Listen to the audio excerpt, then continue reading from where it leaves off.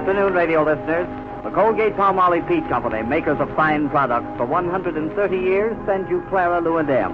But first, Miss Wood is going to read you a short letter from one of our listeners. I pricked up my ears when I heard you say palm olive soap is made with olive oil to keep skin lovely. I wanted a lovely skin, of course. And I know that olive oil is a soothing beauty oil because I've used it to bathe my baby. But somehow, I never put two and two together, never realized that I could be giving my own skin the same care I gave the baby's by using soap made with olive oil, palm olive soap. Well, I bought 3 cakes of palm olive soap, and before the first cake was used up, there was a younger, fresher look to my skin. And now I use palm olive for bath and hair as well as complexion. Thank you, Miss Wood. Palmolive soap is the largest selling beauty soap in the world because thousands of women have had the same fine results as the woman who wrote that friendly letter. Palmolive's 2 beauty oils, olive and palm, protect those natural oils in your skin, which keep the skin young and beautiful. So to help nature to keep youthful looking and radiantly lovely, why don't you start using Palmolive soap today, too? I have a special offer to tell you about later, but here are Clara, Lou, and M. Let's drop in at M's side of the old double house and join the girls for a few moments as they chatter. Say, what is men going to do about being the weaker sex? Why, what do you mean, Em? Men ain't the weaker sex. Yes, they are. It's been discovered. Oh, fiddle. Oh, well, that's what I say. Where could they ever discover that at? Oh, it's established fact. Isn't it funny, after all these years, that men turns out to be the delicatest? Well, I think you'd have some trouble convincing me of that. Yes, right in fact. Ain't any doubt about it. The doctor up to the Mayo Clinic begun going into it and then come out the weaker. At the Mayo Clinic? Oh, well, heavens, it's true then. I know it. Because that's the Mayo Clinic. That ain't a place that you dispute, you know. I know it. Well, my goodness, Em, well, that's awful revolutionary. Well, I think so. Listen, Em, do you mean on their mentality? Oh, no. Oh, goodness heavens, they're keeping their mentality. Oh, no, men ain't giving up their mentality. Well, that's good. I don't approve of taking away their mentality. That'd be an awful blow to men. Oh, yes.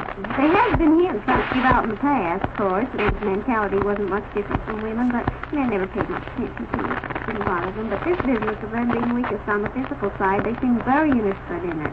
Well, why are men the weaker sex? Well, I don't know why they are. Well, I mean, how can you tell? Well, don't you know, I told you, the doctor... Well, I don't know. For some reason, I ain't putting my question right. No, and I think I know what you mean. What she means, Em, she means what did they find out about them that made them find out that men is the weaker sex? Well, I guess they've always been, but nobody studied it out before. From the very time men is born, they just can't handle life. They just can't grapple with it at all like a big, strong woman. Is that so? You mean they don't pull through? Ain't got a chance. They're awful delicate. Well, you wouldn't think it to look at them, would you? Oh, it's a real one. You think, no, you wouldn't. But you know, now that they've found out, I don't know what men is going to do. I'm afraid everything is going to be so different. I don't know exactly how things will turn out for the rest of us. Yes, I think that's awful bad psychology. I don't think the news it ought to get out at all. Well, it is out. And men have took it up all over the country. They're making quite a to-do about it. I suppose they feel like they're licked from the start. Well, they are, see. You take a man, now, from the time they're born until they're 100. That pretty much covers everything. Why, all the way along, from the very beginning, they just think up the stamina of a woman at all. To begin with, there's more boys born than girls, giving them a handicap. Giving them a handicap like that, they still can't make it. Oh, my heavens, I didn't know the situation was so bad. Well, wait now, too. I thought there was always more women than men. That's why it's always such a hard thing to get a party up so that there's enough fellas for all the girls. Well, that's wars and stuff, does that. Oh. But when they begin, there's more of them. Then they got the hardest time making a go of it. By the time they're 55, there's lots more widows than what there is widders. Well, now, yes, you can see that in almost any small town. You go through a small town and there's way more widows. Well, yes, and look at me. Well, yes, at 50, it's awful hard for a woman to find herself a man. And at 75, there's twice as many women left as men. And by the time a woman's 100, she ain't got a chance. She's all alone. Well, I don't wonder, according to these statistics you've been giving us. Say, Grandpa Kruger was sure in luck, wasn't he, hitting 100? Grandma Kruger died at 81, pretty young for a woman. Well, Grandpa Kruger had an awful lot of extra spirit, of course, so this thing looks like a menace to me. Men are saying, my goodness, here I am running around working my head off, paying the taxes, and I just think I've the strength to do it. Imagine us men going to war. Seems a pity the stronger sex don't handle it. Oh, ain't that awful? Well, you see what it is. If men are going to fall into this clinging vine attitude, what are we going to do? Looks like we kind of have to have the children and raise them and keep the house and make the living and go to war. Oh, well, my goodness, Em, I just don't see how we can do it. Well, they depend on us, you know. Well, I know, but still, as strong as we are, I don't see how we're going to be able to do everything. I don't either. Men ain't just butterflies, you know. Why, no. Well, and say, I just thought of something else. You know, there's some laws in some places that a woman has to give her husband an alimony if they're divorced and she's got work and he ain't. Well, you see, it's creeping on us. Yeah. Men is pretty upset, I think, some time ago because women keep living. They keep getting money from the different husbands. They've gotten also they own more than half of all the securities in the country. Women, though? Yes. Did they find that out at that clinic? No, they didn't go into that angle. I seen that from another angle. Well, I'm beginning to wish that the Mayo Clinic hadn't dabbled in it at all. And it takes the pops out of a person, don't it? Having to feel like the stronger sex. Well, it's kind of a shock. Well, I don't know how I'll ever adjust to it myself. Let's see, I don't know how you ever will either, Lou.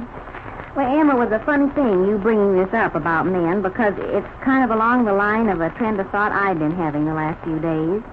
I've seen a little short piece in the paper, and for some reason it just set me to thinking. Don't you think that all wives is awful ambitious for their husbands? Well, yes, I do. They can't be ambitious for themselves, and all their natural get-aheadness goes right out to their husbands. I know that's true in my case. I've always been kind of pushy with Charlie, but the other night it really just struck me kind of like a bolt out of the blue. You know, I don't care what you say, Charlie Roach couldn't ever be president of the United States. Well, no, I guess his chances ain't very good right now. Well, they wouldn't be any good any time. Well, now, Clara, I don't think you'd ought to hold that against Charlie. No, I don't either. As far as that goes, Ernest Kruger very likely will never be president of the United States. No. Well, I bet Ernest could come closer to it than Charlie ever would. Seems like such a simple thing, too, to stand in the way, but I'll tell you what it is. In the paper, and it was telling how excited everybody was over President Roosevelt with what he was going to wear when he addressed Congress, you know, Friday night. Oh, some people were so upset because they figured that since it was an evening occasion, the president had ought to wear a white vest and tie. And black tails on his coat, I seen that. Yeah. Now imagine Charlie getting into a white vest and tie. He wouldn't do it for any country.